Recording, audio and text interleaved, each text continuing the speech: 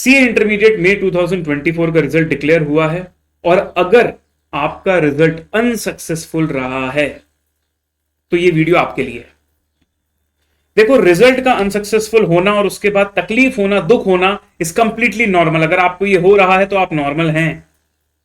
लेकिन सिर्फ मैं उस दुख में रह जाऊं और आगे का कुछ ना सोचूं और इस चीज को ओवरकम ना करूं, then it is a failure.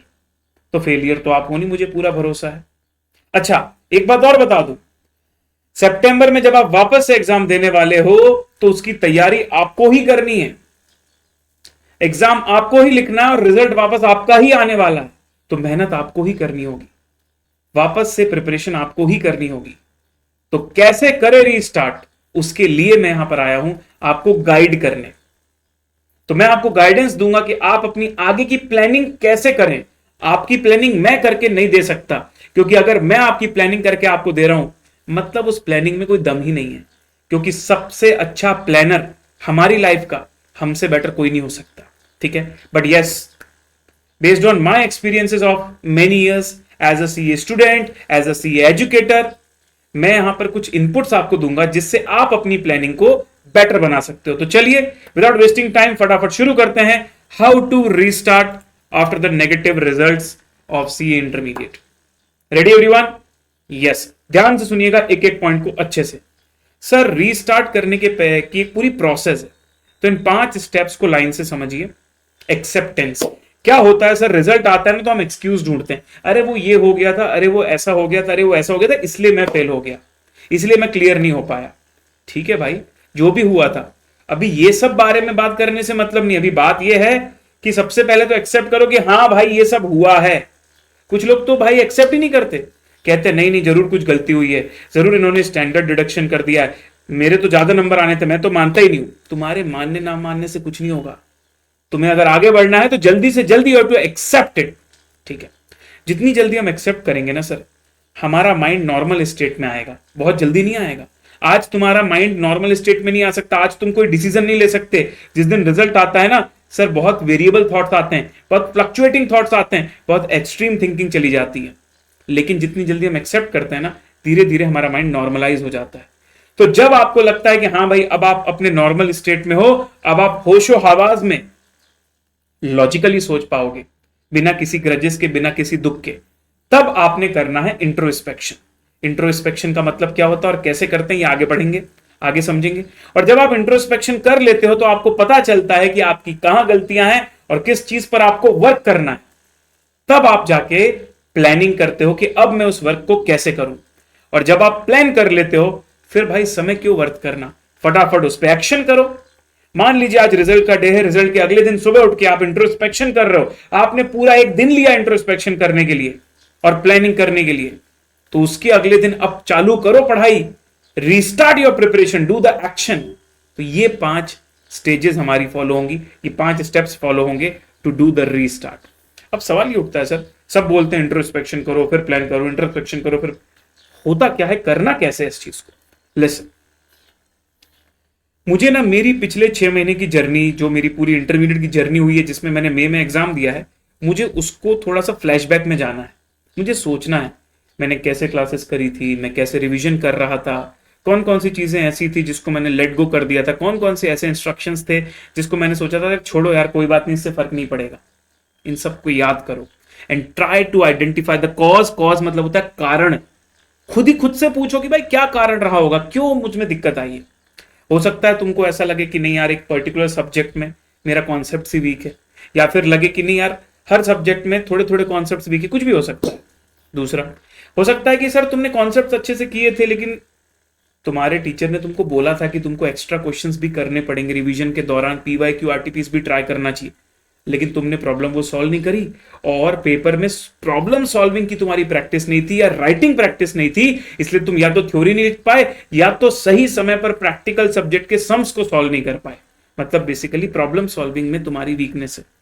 या तो फिर हो सकता है कि तुमने सिलेबस अच्छे से किया पर रिवीजन को सफिशिएंट टाइम नहीं दिया, रिवीजन को थोड़ा सा लाइटली ले लिया, या तो फिर सब कुछ सही था बट एग्जाम के दिन प्रेशर हैंडल नहीं कर पाए। इनमें से कोई भी या एक से ज्यादा भी कारण आपके हो सकते हैं।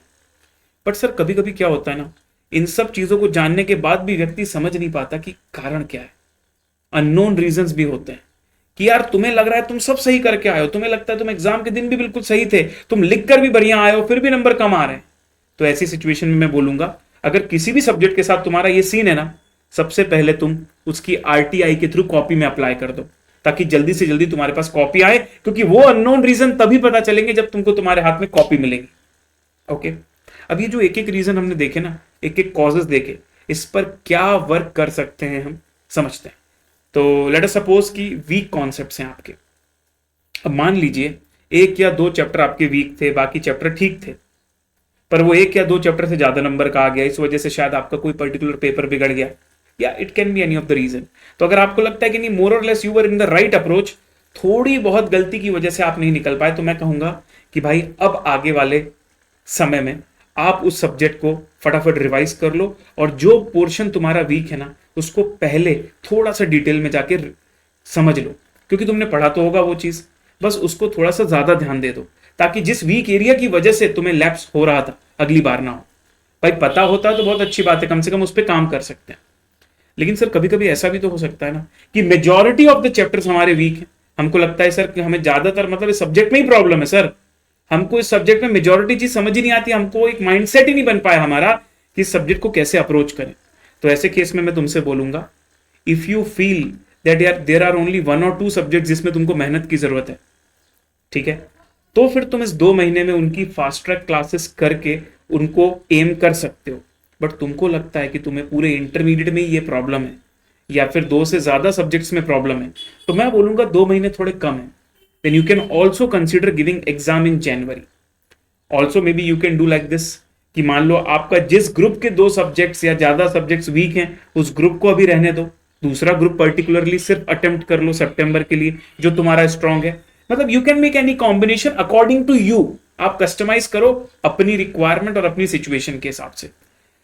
अगर आपको लगता है नहीं सर मेरा पूरा इंटरमीडिएट का सिलेबस में ही दिक्कत है, तो मैं आपसे बोलूंगा कि आप रिकॉर्डेड रेगुलर क्लासेस में जाइए और जनवरी को टारगेट करिए, क्योंकि उसके लिए अभी काफी टाइम बचा हुआ है, full sufficient time is there. और इस बार तो वहां पर एक्स्ट्रा टाइम मिल रहा है बच्चों को, क्योंकि जनवरी में एग्जाम हो रहे नवंबर के टाइम अलावा, ठीक है।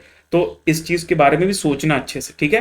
किसी के कहने पे या किसी के बताने पे या कोई और क्या कर रहा है उस बेसिस पर मत डिसीजन लेना, खुद से पूछना कि तुम्हारी स्थिति क्या है। अगर तुम्हें लगता है स्थिति 2 महीने में सुधारी जा सकती है तो मत स्किप करना, पर लगता है कि 2 महीने में ज्यादा कुछ हो नहीं पाएगा तो फिर अननेसेसरी वही वाली बात है कि साइकिल में घूमने का भी सेंस नहीं है, ठीक है। अगली बात, अगर तुम्हें लगता है कि प्रॉब्लम सॉल्विंग में तुम्हारी वीकनेस है, तो मैं बोलूंगा कि तुम एक काम करो, तुम ना स्टडी मटेरियल और जो स्टडी मटेरियल के प्रॉब्लम्स और जो कॉन्सेप्ट्स हैं वो तो तुमको आते हैं, उसको रिवाइज करते चलो और पैरेलली उन सब्जेक्ट्स में एक्स्ट्रा क्वेश्चंस को करो। जैसे अगर मैं कॉस्टिंग की बात करूं तो तुम उसके कॉन्सेप्ट और स्टडी मटेरियल के प्रॉब्लम्स तो तुम्हारी नोटबुक से रिवाइज कर सकते हो, पर उसके एक्स्ट्रा क्वेश्चंस भी साथ में करो। सर कहां से करें? हो सकता है तुम्हारी क्लासेस में ही तुमको पीवाईक्यू आरटीपी की वीडियोस अवेलेबल हो, अगर नहीं है तो हमारे पास एक दूसरा ऑप्शन भी है, यूट्यूब में मैं तुम्हारे लिए कुछ लेकर भी आने वाला हूं एक्स्ट्रा क्वेश्चंस के लिए, कंप्लीटली फ्री, ठीक है। तो अगर प्रॉब्लम सॉल्विंग में दिक्कत है तो you can go for this approach. Sir तुम्हें ऐसा लगता है कि इनएडिक्वेट रिवीजन था, मतलब तुमने पढ़ाई अच्छे से करी थी, तुमने एक्स्ट्रा क्वेश्चंस भी देखे थे, तुम्हें वेराइटीज ऑफ प्रॉब्लम्स भी पता थी, पर रिवीजन सफिशिएंट नहीं था, इनएडिक्वेट था, तो मैं तुमसे बोलूंगा या तो सेल्फ या रिवीजन वीडियोस की मदद से अभी से रिवीजन करना शुरू कर दो और इस बार कम से कम 2 बार पूरा रिवाइज करने का टारगेट रखो। अगर तुम्हें ऐसा लगता है कि बहुत गैप हो गया है एग्जाम के बाद, अभी में तुम चीजें भूल गए हो, तो भाई हर सब्जेक्ट के तुमको इसी अल्टीमेट सीए चैनल में तुमको हर सब्जेक्ट के 1 शॉट रिवीजन वीडियोस मिल जाएंगे, तो उनकी हेल्प लो ना।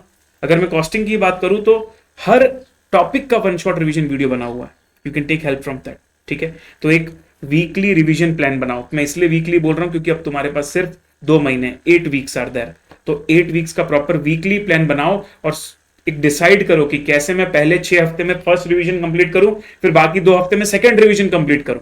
इस तरीके से प्रॉपर प्लानिंग करिए, ठीक है। इससे ज्यादा कर सकते हो तो और बेटर है।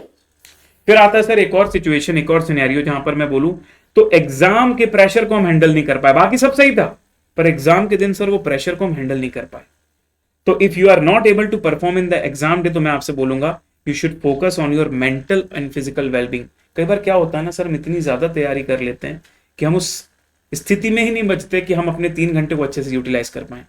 तो ये अगर ओवर स्ट्रेस आपने लिया था या फिर आपने अपनी बॉडी पे ध्यान नहीं दिया, मेंटल फिजिकल हेल्थ आपकी मेंटेन नहीं रह पाई थी एग्जाम तक, तो इस बार ये ध्यान रखें कि तैयारी तो आपकी पहले भी थी, इस बार और अच्छी हो जाएगी, लेकिन उस दौरान आप अपने आप को बैलेंस्ड रख पाएं, इस पर फोकस करें। उसके लिए आप एक प्रॉपर रूटीन बनाइए अपना, कुछ नहीं तो कम से कम 1 आवर या 30 मिनट्स आप अपने फिजिकल एक्टिविटीज के लिए निकालिए। कुछ नहीं कर पा रहे तो वॉक करिए। और साथ में कई बार क्या होता है, एग्जाम की सिचुएशन को देख के बच्चा पैनिक होता है, तो मैं बोलूंगा ज्यादा से ज्यादा मॉक टेस्ट पेपर दो। 3 घंटे का टाइमर लगा के देखो कि तुम कैसे परफॉर्म कर पा रहे हो उस टाइम में, कैसे उस टाइम बाउंड मैनर को मैनेज कर पा रहे हो। ठीक है, तो उसकी थोड़ी मॉक प्रैक्टिस करो। ये भी तुम कर सकते हो अगर तुमसे एग्जाम के दिन का प्रेशर हैंडल नहीं होता तो। फिर लास्ट में आता है अननोन रीजंस। कभी कभी सर हमको पता ही नहीं होता कि किस वजह से हम नहीं क्लियर हो पा रहे। सब कुछ तो सही चल रहा है सर, सब कुछ एवरीथिंग इज गोइंग राइट, मैं सब कुछ कर रहा हूं जो मुझे करना चाहिए। तो फिर मैं बोलूंगा भाई, बिना टाइम वेस्ट किए सबसे पहले तो तुम 1-2 दिन के अंदर आरटीआई के माध्यम से कॉपीज मंगवाओ। ठीक है, कॉपीज आने में टाइम लगेगा, तब तक जो चीजें तुम्हें पता है उस पर काम करो, जो वीकनेस तुम्हें ऑलरेडी पता है उस पर काम करो, और जिस दिन कॉपी मिले उस दिन रीअसेसमेंट करो। जो इंट्रोस्पेक्शन तुमने किया था ना उसको रिवाइज करो कि भाई अब कॉपी देखकर क्या लग रहा है कि कौन सी जगह पर मिस्टेक हो रही है, और अपनी प्लानिंग को अकॉर्डिंगली चेंज कर सकते हो कॉपी रिव्यू करने के बाद। कई बार बच्चे क्या अप्लाई करते, कॉपी आती फिर टच भी नहीं करते उसको। This is very wrong. क्यों मंगवाई कॉपी? ताकि अगली बार वो गलती ना करें। Got it? Got it sir. अब मैं कॉस्टिंग स्पेसिफिक कुछ बातें बता देता हूं रिपीटर्स के लिए। तो देखो बेटा, इंट्रोस्पेक्शन से सबसे पहले तुमने रूट कॉज ढूंढी होंगी कि कॉस्टिंग के अंदर तुम्हारे कॉन्सेप्ट्स वीक हैं या वैरायटी ऑफ प्रॉब्लम्स में तुम्हारी कमी रह गई थी कि तुमने ज्यादा कवर नहीं करी थी। अगर कॉन्सेप्ट्स वीक हैं तो मैं तुमको रिकमेंड करूंगा you should go for the recorded fast track batch, जिसमें केवल 50 लेक्चर्स हैं। और उन 50 लेक्चर्स में मैं तुमको बताता हूं मैंने क्या क्या करवाया। मैंने कॉन्सेप्ट्स करवाए हैं, important problems of study material जो बड़े बड़े प्रॉब्लम्स होते हैं वो करवाए हैं, और हर चैप्टर का डेडिकेटेड पीवाईक्यू आरटीपी सेशन लिया है, जिसमें हर पीवाईक्यू आरटीपी की वेराइटीज कवर करी और वहां समरी प्रोवाइड करी है पीवाईक्यू आरटीपीज की, ताकि बच्चों को कंफर्ट रहे कि हाँ भाई उसको पता रहे कि कौन सी चीज में क्या स्पेशल पॉइंट था, उसको बहुत ज्यादा टाइम ना लगे उस चीज में। तो 100 आवर्स के अंदर लगभग ये पूरा कोर्स खत्म हो जाता है, जिसमें आप थोड़ी बहुत स्पीड बढ़ा के इसको और जल्दी भी खत्म कर सकते हो। लेकिन अगर तुम्हें लगता है कि तुम्हारे कॉन्सेप्ट्स ठीक हैं, तुम्हें चीजें आती हैं, स्टडी मटेरियल तो तुम्हारा पूरा कवर है, बट शायद तुम एग्रीगेट से ऊपर या एग्जामिशन से ज्यादा नंबर इसलिए नहीं ला पा रहे इसमें क्योंकि तुमने एक्स्ट्रा क्वेश्चंस नहीं किए हुए हैं, तो मैं बता दूं YouTube पर ultimate CA team free of cost लेकर आने वाली है फोकस बैच, जिसमें हर एक एजुकेटर अपने अपने सब्जेक्ट के important questions from PYQ RTP and MTPs लेकर आएंगे लाइव ऑन यूट्यूब। तो आप उस चीज को ज्वाइन करो और पैरेलली जो चीज आपको ऑलरेडी आती है ना उसका रिवीजन या तो सेल्फ या तो वन शॉट रिवीजन के माध्यम से करते रहो। ठीक है, ये हो गया उनके लिए जिनको क्लासेस की आवश्यकता नहीं है। तो 2 इंपॉर्टेंट चीजें यहां पर निकल गई। पहली तो इंटरमीडिएट सितंबर 24 वालों के लिए फ्री ऑफ कॉस्ट 15 जुलाई से हम लोग लेकर आने वाले हैं फोकस बैच, जिसमें हम आपको सिर्फ और सिर्फ इंपॉर्टेंट क्वेश्चंस कराएंगे। कुछ बच्चे बोलेंगे सर रिवीजन भी करवा दो, रिवीजन के सारे वीडियोस डले हुए हैं हर एजुकेटर के हर सब्जेक्ट के, तो वो आप वहां से यूज करिए। लेकिन एक्स्ट्रा क्वेश्चंस के लिए हमारे साथ जुड़िए यहां पर लाइव डेली बेसिस पर। ठीक है, तो 15 जुलाई से ये शुरू हो रहा है और एज ऑफ नाउ 15 जुलाई से 4 सब्जेक्ट्स की प्रिपरेशन चालू होगी, लॉ, टैक्स, अकाउंट्स, कॉस्टिंग। 1-1 घंटे के सेशन होंगे। Indresh sir, Vivek sir, Tejas sir and then मैं रात को 9 से 10 बजे आऊंगा। और इवेंचुअली एमवी सर और दीपिका मैम भी अपने अपने रिस्पेक्टिव सब्जेक्ट्स के सेशन इसमें ऐड करेंगे। तो जैसे ही उनका शेड्यूल थोड़ा अवेलेबिलिटी उनकी बढ़ेगी वो इसमें यहां पर अपने सब्जेक्ट्स को भी ऐड कर देंगे। ऑलराइट गाइस, तो ये 2 इंपॉर्टेंट चीजें मुझे तुम तक बतानी थी। इसके अलावा 11 जुलाई से लेकर 15 जुलाई तक रिजल्ट डे के लिए हम सारे बच्चों को, जो भी हमारे न्यू स्टूडेंट हैं और जो फास्ट ट्रैक कोर्सेज लेना चाहते हैं, उनको 20% ऑफ मिलेगा। कोड यहां पर लिखा हुआ है, आप अप्लाई कर सकते हो। अगर आपको लगता है कि आप जनवरी टारगेट कर रहे हो और आपको रेगुलर लेक्चर्स देखने हैं, या हो सकता है आपका सिर्फ एक ही सब्जेक्ट में प्रॉब्लम हो और आप 2 महीने के अंदर सिर्फ उस सब्जेक्ट का रेगुलर लेक्चर देखना चाहते हो, तो भी आप कोड लगा सकते हो UCAREG, फास्ट ट्रैक के लिए UCANWFT। और अगर आप ऑलरेडी अल्टीमेट सीए के स्टूडेंट थे, हो सकता है आपने रेगुलर क्लास करी थी लेकिन अब आपको सेल्फ करने का मन नहीं, आपको फास्ट ट्रैक से ही करना है, तो आप लोगों के लिए 20 नहीं 30% ऑफ है। तो आपका सेपरेट कोड है, अगर आप ऑलरेडी रजिस्टर्ड हो तो आपके रजिस्टर्ड नंबर से लॉग इन करके आप ये कोड लगाइएगा तो आपको 30% डिस्काउंट मिलेगा। Got it everyone? ठीक है सर।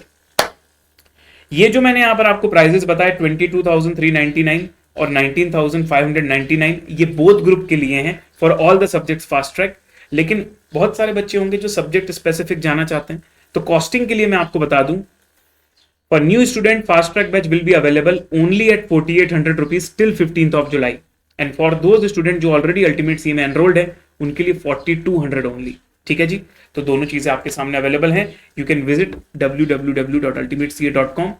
अब मैं आप लोगों से एक प्रॉमिस लेना चाहता हूं और वो ये कि सर हमने समझ लिया है कि अब आगे कैसे प्लानिंग करनी है, तो आप सभी सबसे पहले मुझे प्रॉमिस करें कि आप बहुत ज्यादा चीजें दूसरों से पूछोगे नहीं, खुद को समय दोगे, पर्सनल अटेंशन दोगे और अच्छे से इंट्रोस्पेक्शन करके खुद की बेटर प्लानिंग करोगे।